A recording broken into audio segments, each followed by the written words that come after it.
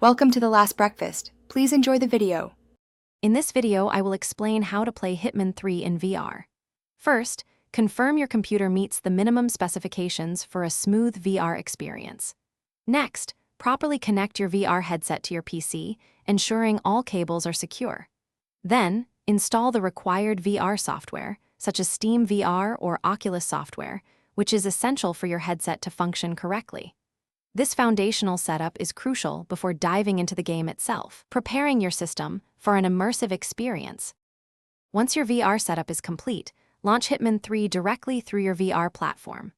Look for the option to start the game in VR mode, usually found on the main menu. Take a moment to adjust the in-game VR settings. You can fine-tune elements like resolution, refresh rate, and comfort options to ensure the best possible performance and a visually comfortable experience tailored to your preferences and hardware capabilities. Now, let's master the controls. Spend some time getting familiar with your VR controllers, understanding what each button does for movement and interaction. Hitman 3 offers various movement options, including both teleportation and smooth locomotion. Experiment to find what feels most natural for you.